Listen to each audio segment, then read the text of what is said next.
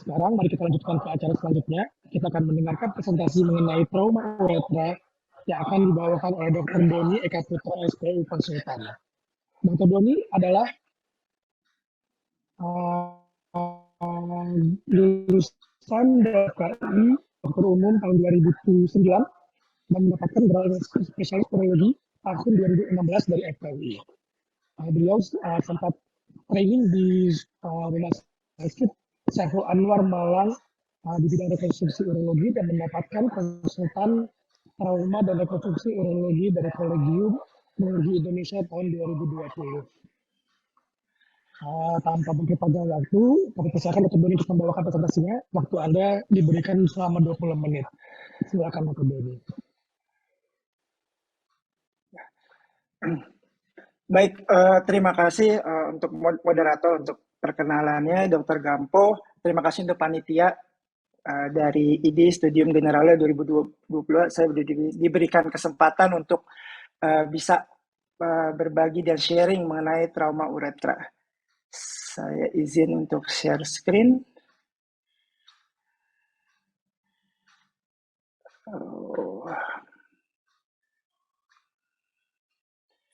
Sebentar. Share screen.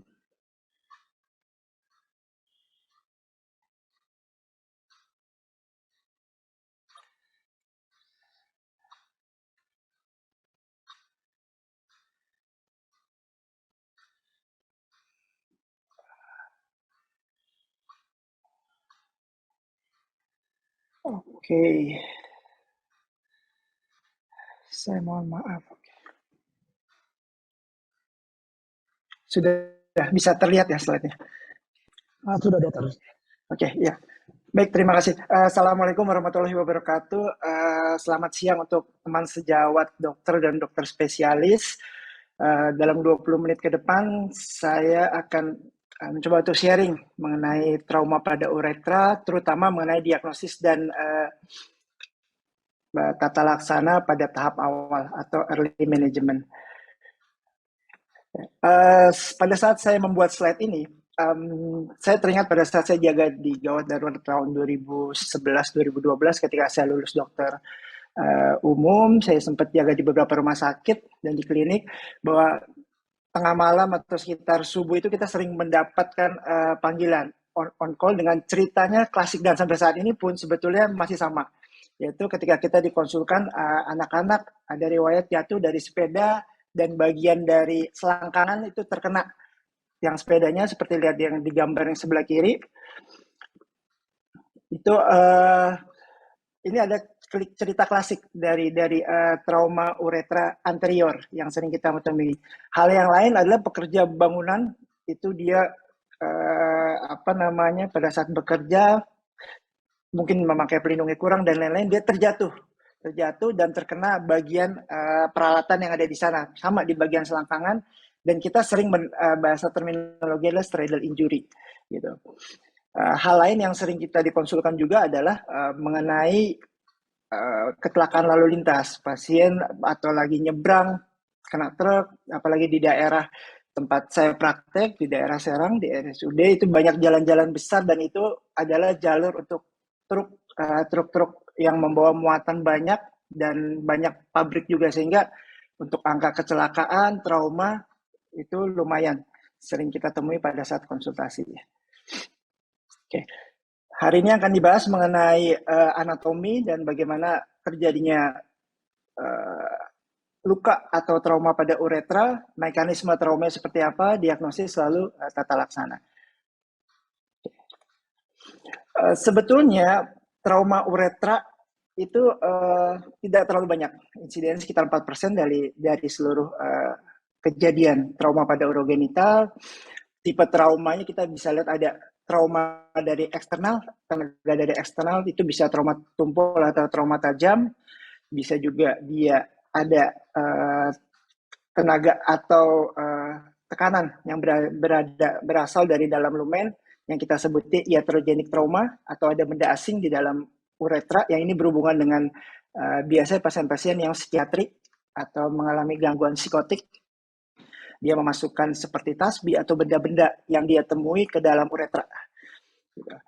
Nah, yang paling sering adalah trauma iatrogenik. Iatrogenik itu dia trauma akibat pemasangan kateter seperti tadi dokter agak sudah sampaikan, lalu trauma akibat sirkumsisi dan tindakan pembedahan yang lain. Nah, trauma uretra itu bisa ada 3. Kita bagi 3 secara sederhana. Itu bisa dia hanya menyebabkan kontusio, tidak menyebabkan ruptur dari uretra, atau bahkan bisa sampai ruptur komplit dari uretra. Secara klinis, sederhananya adalah kita bagi uretra, cara anatomi urologis itu kita bagi uretra dibagi 2, anterior dan posterior. Nah, ini adalah gambar anatomi normal dari uretra dan struktur sekitar.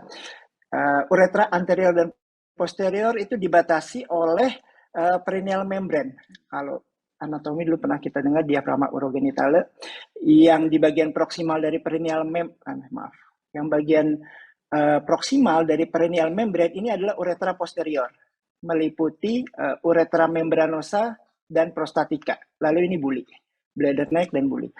Yang di bagian distal dari perineal membrane itu adalah uretra anterior, terdiri dari bulbosa, bagian bulbosa sampai dengan batasnya penoskrotal, lalu dia di bagian penile. Kalau misalnya teman-teman perhatikan, itu ada perbedaan yang khas, yaitu pada uretra anterior, bagian mukosa uretra, lumen uretra ini terliputi oleh korpus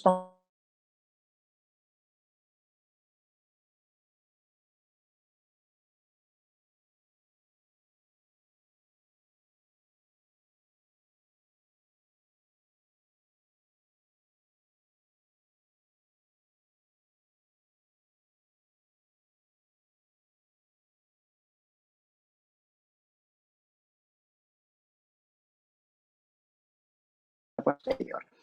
Ya. Mekanisme lain yang penting, anatomi lain untuk trauma uretra ini adalah ligamen ini, puboprostatic ligamen. Ini simfisis pubis, tulang pubis, dan ini adalah uretra. Ketika terjadi trauma uretra yang posterior, yang berhubungan dengan paling sering itu yang kita temui berhubungan dengan pos kecelakaan fraktur dari tulang pelvis, atau dia disruption dari ring, pelvic ring, itu dia adalah ruptur pada puboprostatic ligamen ini, sehingga nanti kita akan lihat gambaran radiografinya, sehingga terjadi luka. Nah, rupturnya ligamen puboprostatik itu juga tergantung dia di mana lokasi rupturnya. Oleh karena itu, kalau nanti teman-teman perhatiin, sebetulnya dari semua pelvic fracture yang kena ke uretra, yang membuat dari trauma uretra itu hanya 10-15%. Satu, struktur ini yang penting. Yang kedua adalah perineal membran ini.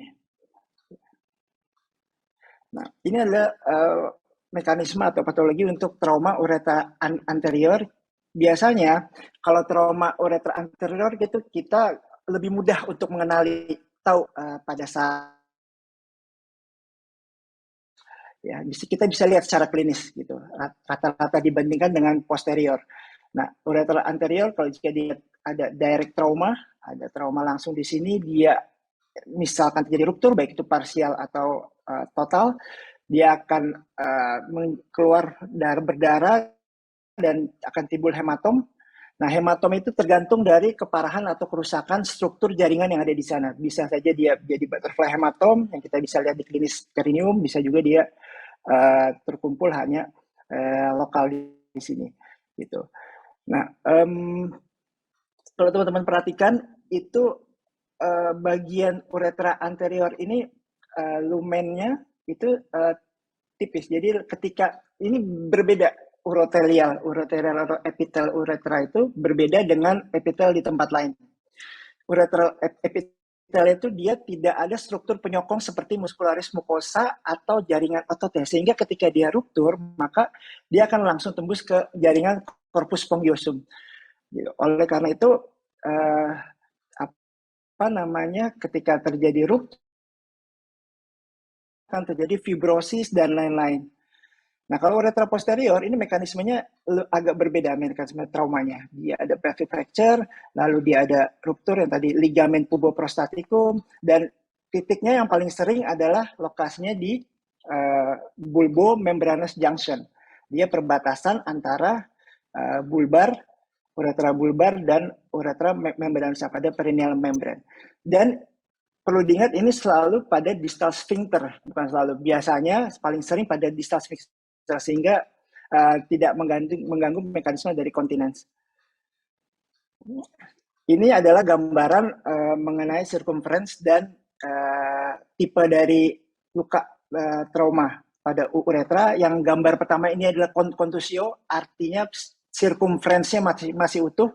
Yang gambar yang kedua terjadi partial ruptur, dia circumference-nya terbuka, artinya ada darah atau ada urin yang akan ekstravasasi, dan ini adalah total rupture. Nah, pengertian ini sangat penting, apa kita menentukan komplit atau parsial. Dikatakan dalam literatur bahwa jika dia kontusio saja atau dia partial rupture, maka 2 atau 3 minggu kemudian kemungkinan akan bisa sembuh spontan tanpa ada struktur. Tapi praktek sehari-hari biasanya tetap ditemukan struktur walaupun itu nggak terlalu berat. Tapi complete rupture itu hampir selalu pada sekuensnya, pada tata laksana selanjutnya hampir selalu ditemukan struktur, karena ketika dia terjadi putus antara dua lumen ini, lumen itu akan retraksi dan di antara dua lumen itu akan terisi jaringan fibrosis.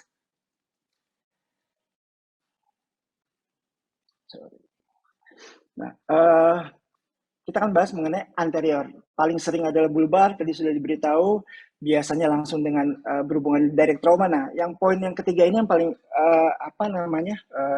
yang perlu diperhatikan. Jadi, ketika terjadi ruptur parsial atau dia total, maka akan terjadi dengan berjalan seiringnya waktu akan terjadi namanya ekstravasasi atau urin, atau ada urin yang keluar dari lumen. Nah, urin itu sifatnya toksik. Tanpa ada infeksi pun dia akan merusak jaringan sekitarnya. Apalagi ditambah dengan infeksi, jika ini didiamkan terus-menerus, maka akan terjadi abses. Lalu abses ada bakteri kuman lain yang kita sebut bakteri necrotizing, itu Streptococcus gram A, golongan yang A, dia akan menjadikan, kita sebutnya Fournier gangrene. Kalau teman-teman sempat lihat gambarnya. Oke. Yang akan janti sepsis dan kematian. Ini gambar saya ambil dari jurnal. Jadi ini adalah pada 2 jam setelah trauma. Dan yang gambar di sebelahnya adalah 2 hari setelah trauma.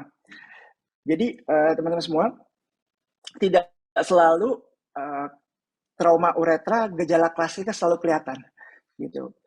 Kadang-kadang baru 2 jam kita tidak melihat apa-apa, tetapi baru akan muncul dia pada saat kita tidak melakukan intervensi.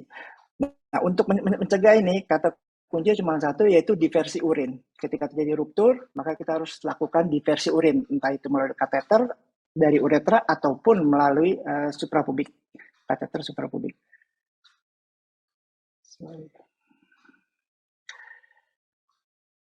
Mengenai posterior, jadi sebetulnya bukan hanya fraktur pada pelvis, tetapi dia ada disruption atau ada diskontinuitas dari pelvic ring.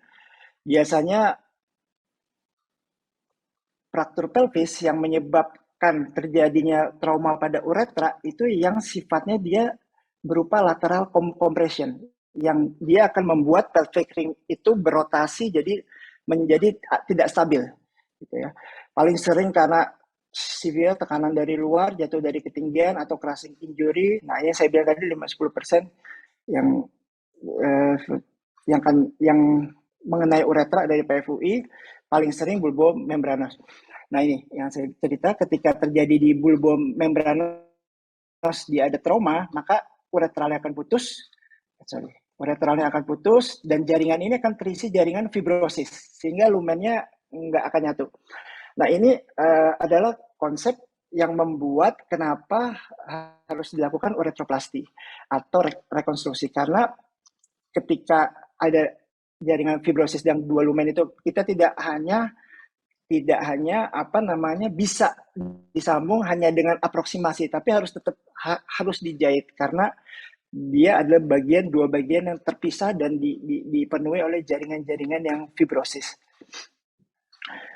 Nah, ini adalah klasifikasi pelvic fracture berdasarkan tile. Ini lebih mudah untuk mekanisme kenapa sih fraktur pada atau disruption pada ring pelvic itu bisa menyebabkan uretra trauma. Dia ada tipe-tipenya. Kalau ini dia kompresi dari tile B ini, dia kompresi dari AP, artinya dari depan. Kalau dia ditabrak dari depan atau ditabrak dari belakang, dia akan menyebabkan diastasis, simfisis pubis. Lihat di gambar yang kedua, ini ada struktur yang ligamen ini putus dan tergantung tempat putusnya. Kalau dia putus di tengah, mungkin uretranya aman. Tapi kalau dia putusnya di dekat uretra dan mengambil merobek dari uretra lumen, maka dia akan menyebabkan trauma pada uretra. Tapi, nah ini yang lateral compression menyebabkan fraktur pelvis yang tidak stabil. Bisa dilihat gambarnya. Ada potongan tulang juga, ada puboprostatic ligamennya juga putus. Yang tile C dia vertikal dan yang terakhir kompleks. Nah, kalau kompleks kita harus memikirkan termasuk anorectal injury, ada bladder neck injury dan lain-lain. Ya. Tanda klinis kita sering dulu sebut pada saat belajar itu ada triad klasik trauma uretra. Itu ada nomor 1 urethral bleeding, perdarahan atau meatal bleeding. Dia keluar darah dari meatus, kesulitan dari mixi, voiding difficulty atau urinary retention. Yang ketiga adalah bulit raba penuh atau palpable bladder. Nah, ini gejala yang paling sering ditemukan. Nah, kalau pada pelvic fracture yang dia trauma uretra posterior itu rectal tusae bisa teraba prostat yang kita bilangnya prostat yang melayang atau impalpable prostat, high riding prostat. Dan tapi saya harus bilang ini sangat sulit. Kalau misal kita tidak biasa rectal tusae, kita tidak akan bisa mengenali. Itu nomor 1. Yang kedua, pada fase akut biasanya terjadi swelling, edema dan lain-lain. Hampir kita tidak bisa membedakan ini benar high riding prostat atau bukan. Lalu jika trauma uretra anterior dia stradal injury, maka bisa ditemukan ada butterfly hematom yang gambar tadi pada perineum, ada bruising pada rectal tusae. Nah, pada rectal tusae itu yang paling penting kita harus melihat apakah mukosa dari anorektal itu intak, karena 5% dari pelvic fracture juga ada trauma pada rektal. Retrograd uretrografi merupakan sebuah pemeriksaan yang standar kita lakukan pada pasien-pasien trauma, terutama pasien-pasien yang ada uretral bleeding, perdarahan uretra, ada perineal hematom setelah atau penal setelah pelvic fracture, atau ada unstable, fraktur pelvis yang tidak unstable. Nah, manajemen nomor 1 adalah emergency management. Tetap harus resusitasi. Sesuai dengan yang kita belajar, kalau kita jaga di darurat, tetap harus kita tahu kondisi-kondisi yang pasien life threatening condition yang mengancam nyawa. Dengan trauma team untuk early management cuma 1 pilihannya, yaitu kita harus urinary diversion. Tujuannya diversi urin itu ada 2. Yang pertama, tujuan urinary diversi adalah mencegah ekstravasasi urin sehingga menimbulkan infeksi dan lain-lain tuh yang tadi sudah disebutkan, infeksi jadi Fournier Gangrene dan lain-lain. Yang kedua, dia akan urinary diversion itu akan membantu tim trauma untuk resusitasi. Kalau teman-teman jaga di UGD ada suatu ketika kondisi trauma berat, trauma parah masuk, pasti ketua tim traumanya akan bilang untuk mengevaluasi keadaan shock pasti harus lihat urin output dia. Nah, pada saat ureteral trauma kan kita tidak bisa menilai. Nah, salah satu alasan diversi urin harus dilakukan adalah salah satu untuk menilai urinary output untuk membantu tim trauma untuk melakukan resusitasi. Ya. Nah, diversi urin ini bisa 2, bisa melalui uretra, bisa melalui suprapubik. Kebanyakan yang saya lakukan adalah suprapubik catheterization karena uretra sudah dicoba sebelumnya oleh dokter jaga di UGD. Biasanya saat ini yang banyak konsul dan dilakukan oleh yang kateter suprapubik. Biasanya tidak masuk. Nah, ini fenomena juga yang sering kita temui ya di rumah sakit, bahwa untuk mendiagnosis trauma itu adalah dengan cara dipasang kateternya. Dicoba, kalau kateter nggak masuk berarti trauma uretra. Kalau misalkan dia nggak bisa masuk, boleh berarti nggak ada trauma uretra. Jadi teman-teman hati-hati bahwa belum tentu kateter masuk pada pasien dengan trauma ya, pelvic fracture, terus nggak terlalu jelas ada metal bleedingnya, tetapi kok gambarannya bulinya retensi, itu hati-hati untuk pemasangan kateter. Lalu untuk tata laksana immediate exploration ini biasanya di bawah 48 jam, itu hanya 2 indikasinya, yaitu ketika ada trauma penetrating atau dengan penile fracture ini yang uretra anterior. Ya, kita perlu segera dilakukan eksplorasi pada pasien yang trauma tajam dan penile fracture. Lalu untuk yang posterior kita mengenal ada early urethral management dan divert. Kalau divert kita cukup pasang diversi urin atau suprapubic catheter, lalu kita tunggu 3-6 bulan, lalu dilakukan terapi definitif berupa uretroplasti. Kalau early urethral management kurang dari 6 minggu, nanti ini banyak sub-subnya, yaitu ada yang immediate uretroplasti, ada yang dia early alignment. Early realignment itu adalah yang banyak sekarang banyak perdebatannya juga, apakah kita early realignment atau kita divert manajemen, kita tunggu aja 3 bulan, tetapi studi juga banyak, ada yang bilang bagus, mengurangi rata-rata struktur, dan lain-lain. Tapi saya praktikal di rumah sakit, itu selalu divert management, jadi selalu 2 tahap. Jadi tahap pertama cukup urinary diversion, tahap yang kedua baru 3-6 bulan di rekonstruksi. Ya, karena satu, untuk tata laksana awal itu early realignment kita butuh alat-alat dan fasilitas yang cukup memadai. Oke, ini algoritma sekilas untuk manajemen uretra, trauma uretra anterior. Saya ambil dari guideline CAUI. Guideline CAUI ini akan di launching untuk trauma tahun ini. Editornya salah satunya moderator ini Dr. Gampo. Nah, pada trauma uretra anterior itu kita bedakan dia iatrogenik, trauma tumpul, trauma tajam, atau ada fraktur penis. Kalau dia iatrogenik, diversi urin bisa kateter ureter atau suprapubik. Kalau parsial atau total nih kita tahu dari uretrografi, ya. Parsial 1-2 minggu, kalau total dia 3 minggu, lalu dilakukan uretrografi untuk follow up ulang. Ya, sama trauma tumpul itu dia parsial atau total, algoritma yang sama. Trauma, kalau trauma tembus dia stabil, dilakukan immediate exploration, sama seperti fraktur penis. Ya, karena komplikasi akan jauh lebih rendah. Kalau dia tidak stabil, kita lakukan diversi urin. Ya. Untuk yang posterior, ini trauma posterior kita harus lihat status hemodinamiknya, stabil atau tidak stabil pasiennya. Kalau dia tidak stabil, resusitasi dan lakukan saja diversi urin. Ya, masangkan kateter suprapubik. Ya, untuk dia, jika dia stabil, kita bisa lakukan retrogram uretrografi, RUG, uretrografi. Kita lihat strukturnya parsial atau total, walaupun sebetulnya beberapa jurnal mengatakan bahwa parsial itu dia relatif uretrografi itu dia lebih over diagnosis dari total.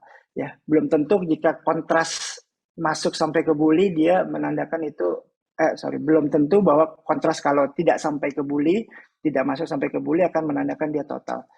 Kalau dia parsial bisa early endoskopik, lalu dilakukan follow up, kalau gagal sama diversi urin. Kalau dia total, ada lihat apakah ada trauma dari bladder neck atau trauma associated yang lain. Kalau tidak ada, apakah ada trauma dari teman sejawat lain, misalnya ortopedi atau digestif mau melakukan tindakan. Kalau tidak ada, maka bisa kateter suprapubik. Ya, kita tunggu delay management. Kalau iya, maka kita bisa sekalian early repair. Ya, waktu saya tinggal 5 menit lagi. Oke, ini konsul saya kemarin, pasien dari stroke unit. Dia gagal pemasangan kateter di UGD dan di ruangan 3 kali, riwayat open prostat 5 tahun yang lalu, dan bulinya penuh. Ya, kita bisa lihat pada pasien ini bulenya terlihat sekali, bladernya. Nah, setelah gagal 3 kali pemasangan, mulai timbul ada metal bleeding.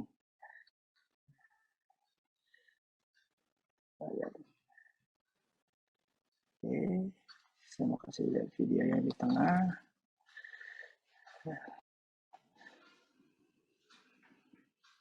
Nah, ini adalah metal bleeding.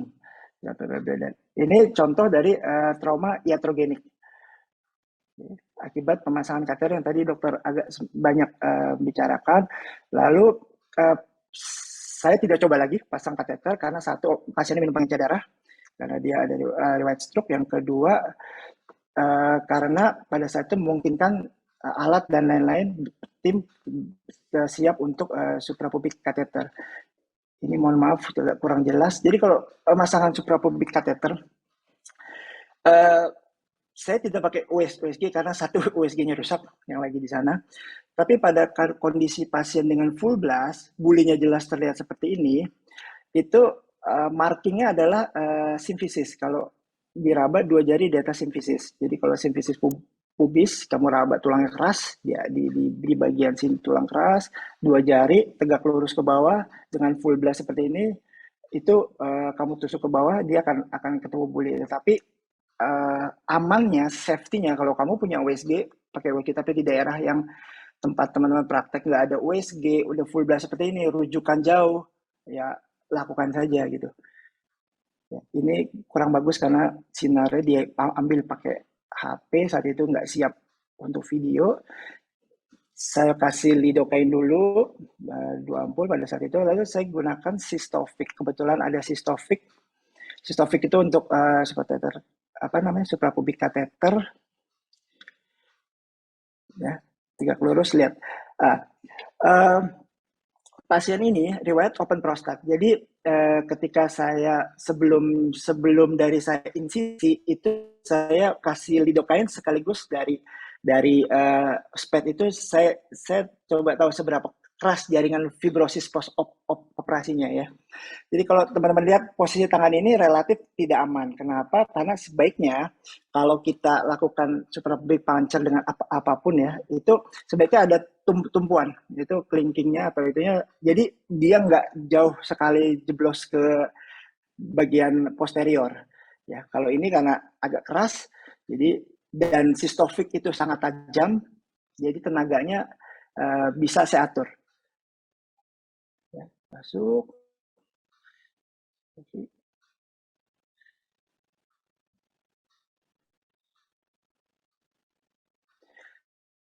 Dia sudah keluar urin, ternyata ini pasien sudah 3 hari retensi urin, jadi urinnya keruh dan disertai pus. Udah mulai keluar pusnya.